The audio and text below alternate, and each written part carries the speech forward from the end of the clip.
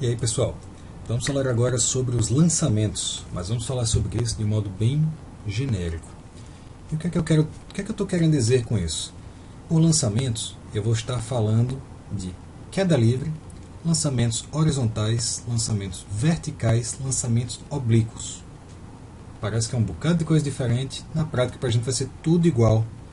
Todos se resolvem, se compreendem do mesmo modo. Todos eles são baseados naquilo que a gente tinha visto logo antes, do movimento ser uniforme ou do movimento ser uniformemente variado. Tudo bem? Então o que é que a gente tem que saber com isso? Tem uma tabelinha por aqui que a gente vai estar utilizando para resolver os exercícios na sequência. Que basicamente a gente vai ter que decompor os movimentos em seus componentes horizontais e verticais. E a partir daí a gente resolve cada um separadamente, de acordo com o que a questão pedir. Tudo bem? Eu queria fazer algumas observações para vocês. Imagine o seguinte: se eu tenho uma bolinha aqui, eventualmente eu jogo ela para cima e ela sobe até aqui.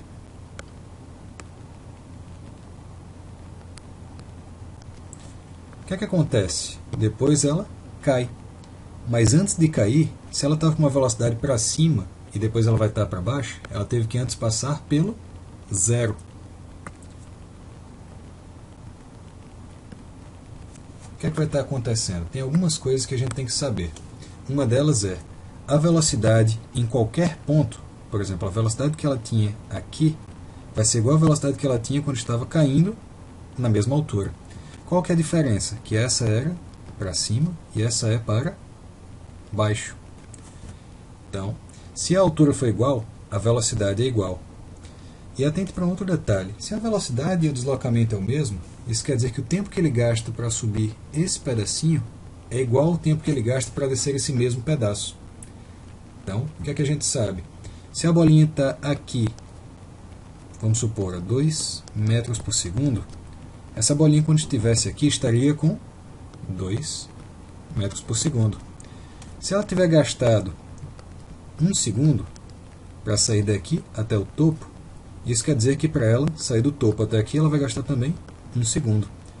Qual que é a diferença? Que essa velocidade é para cima e essa é para baixo. Tudo bem? Então o que é que a gente sabe? Em resumo, o tempo de subida vai ser igual ao tempo de descida se ele começar e acabar na mesma altura. Obviamente, se em vez de parar aqui ele caísse mais, ele iria demorar mais tempo e provavelmente cairia com uma velocidade maior. Tudo bem? Mas se a gente estiver falando da mesma altura, a velocidade na mesma altura vai ser igual, tirando o fato de que uma subindo e outra descendo, o tempo que ele gasta também vai ser igual. Ok? Então, o que eu queria propor agora é que a gente desse uma olhada em alguns exercícios para poder tirar isso daqui, dessa parte tão abstrata, e ver como que aquela tabelinha dali encaixa. Então, vamos fazer o seguinte: eu tenho uns exercícios aqui, deixa eu puxar eles para a gente dar uma olhada. Então, pessoal, nós temos aqui a nossa primeira questão, em que ela está dizendo: na superfície horizontal do patamar superior de uma escada, uma esfera de massa 10 gramas rola de um ponto A para um ponto B, projetando-se no ar a partir do ponto para os degraus inferiores. Cada degrau tem uma altura de 20 centímetros e uma largura de 30. Então, o que é que acontece? Aqui horizontalmente nós temos 30 centímetros, verticalmente 20.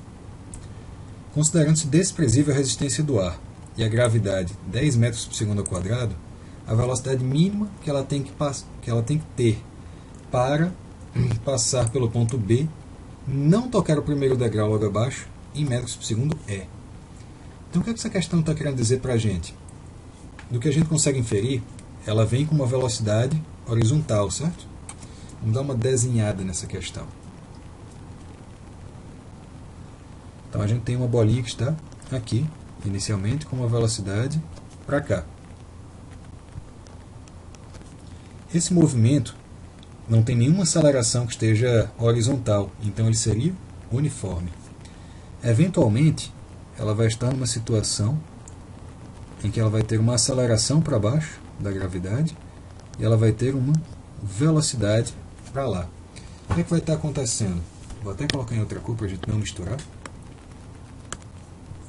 A gente vai começar a ter um movimento vertical para baixo e um horizontal para a direita.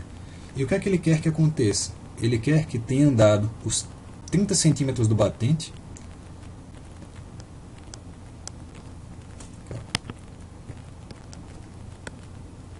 Ele quer que tenha andado esses 30 centímetros, que eu vou colocar logo em metros, tá, gente? Da 0,3, antes que ele tenha caído esse 0,2, porque assim a bolinha já vai estar por aqui, depois do 0,3 quando tiver caído. Tudo bem? Então, o que é que a gente sabe? Vamos puxar aquela tabelinha agora? Deixa eu copiar ela aqui, para a gente usar.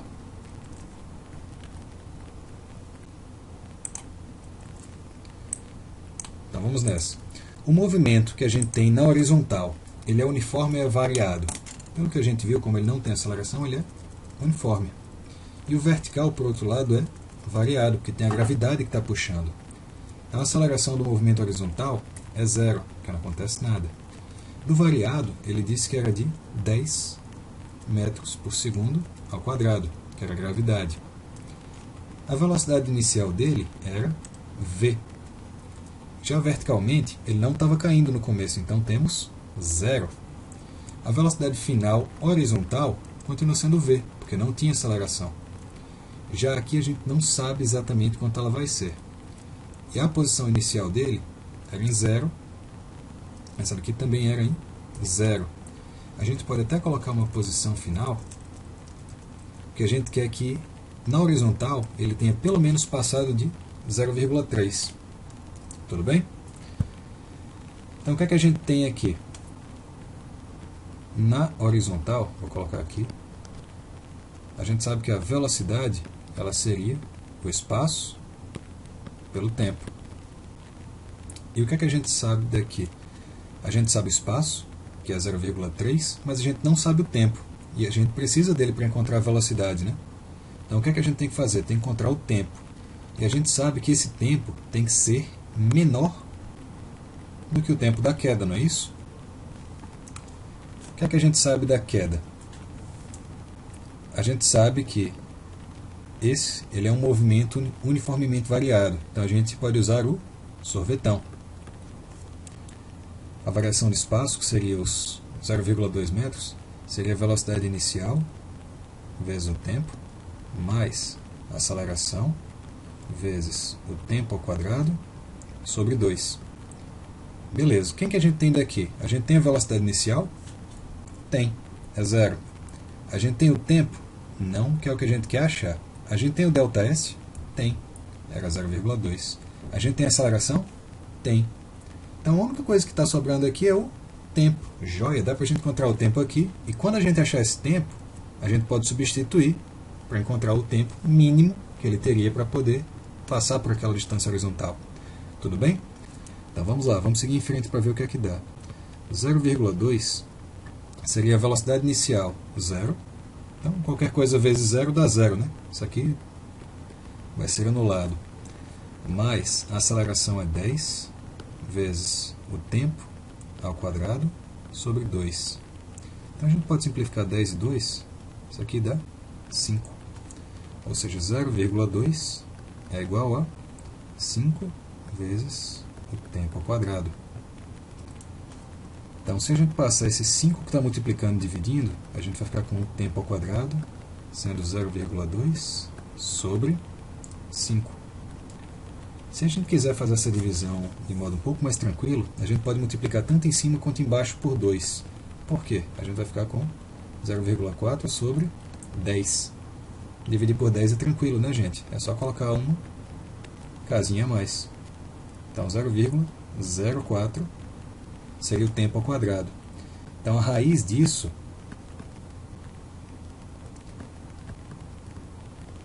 seria, como a gente tem duas casas decimais aqui, a raiz vai ser com uma casa decimal só. Então, seria 0, alguém. Só sobrou o 4, e a raiz do 4 é 2. Então, o tempo era de 0,2 segundos. E agora que a gente sabe dele, é só acabar de resolver aqui.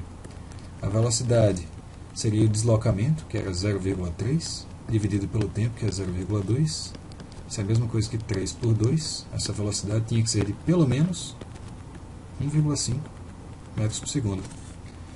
Então o que é que a gente fez? Recapitulando. A gente olhou para isso e viu que na horizontal seria um movimento uniforme com essas características. Na vertical seria um movimento uniformemente variado com essas características. E o que é que a gente precisava? A gente sabe que o tempo que ele vai ter caindo vai ser o mesmo tempo que ele vai passar andando. E no caso a gente queria que ele andasse esse 0,3 antes de cair o 0,2. Lá pelo sorvete da gente, a gente consegue deduzir essa equação, que a velocidade é o espaço pelo tempo. Só faltava o tempo, mas a gente pode dizer que esse tempo vai ser igual ao da queda. Então a gente usa o sorvetão. Como a gente basicamente iria anular tudo que não fosse o tempo, dava para a gente encontrá-lo. E uma vez que a gente tem encontrado, só substituir. Tranquilo, gente? Vamos dar uma olhada em mais um. Então, letra E aqui, 1,5. Sempre que for necessário, utilize a aceleração da gravidade local como g igual a 10 metros por segundo ao quadrado. Suponha que Cebolinha, para vencer a distância que separa da outra margem e livrar-se da Ilha da Mônica, tenha conseguido que a sua velocidade de lançamento, de valor 10 metros por segundo, fizesse com a horizontal um ângulo alfa, cujo seno seria 0,6 e o cosseno 0,8.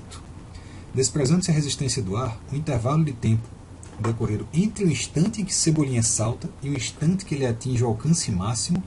O alcance, gente, é essa distância que ele percorre na horizontal, tá? Do outro lado, é. Então o que a gente sabe daqui? Vou dar mais uma descidinha. A gente sabe que Cebolinha, ele saltou inclinado. Então vamos lá. Ele saltou assim. Isso aqui valia 10. Desse pedaço, ele tinha uma velocidade vertical para cima e ele tinha uma velocidade horizontal para a direita. Eventualmente, o que vai estar acontecendo é que ele vai cair, né? Então ele vai ter uma velocidade para baixo e ele continua indo para a direita. Já que ele tinha dito para a gente desprezar o atrito, o que vai estar acontecendo é que essa velocidade também é de 10. E o que é que ele falou para a gente? Que tínhamos aqui um ângulozinho alfa, que tinha um seno e um cosseno, 0,6 e 0,8. E o que é que ele está querendo saber para a gente? O tempo que ele gastou desde que ele saiu até o tempo que ele chegou. Então a gente pode dizer que, vamos ver se faz sentido para vocês, o tempo total, ele seria o tempo de subida mais o tempo de descida. E bom, já que ele está chegando e saindo da mesma altura, a gente pode dizer que esses dois tempos são iguais. Então o tempo total seria, por exemplo, o tempo da subida mais o tempo da subida. Ou seja, 2 vezes o tempo da subida, tudo bem? E aí a gente pode se perguntar, está aqui a nossa primeira coisa para responder. Como que a gente pode chegar nesse tempo da subida? Bom, a gente tem a gravidade que está puxando ele para baixo. A gente sabe que ele vai começar com alguma velocidade e aqui em cima ele vai ficar com 0 de velocidade vertical. Então a gente pode utilizar a expressão da aceleração, que ela diz que a aceleração é igual a variação da velocidade dividido pela variação do tempo. E aí? A gente tem a aceleração? Tem, que é da gravidade. A gente sabe quanto foi a variação da velocidade? Ainda não. Porque essa velocidade daqui é a vertical. E a gente só tem a velocidade toda. Só que vamos dar uma olhada. A gente sabe que lá da nossa outra aulinha, quem que está... Esse ângulo alfa está olhando para quem? É justamente para o nosso VY, não é isso? Então a gente pode dizer que o VY ele vai ser V vezes o seno do ângulo.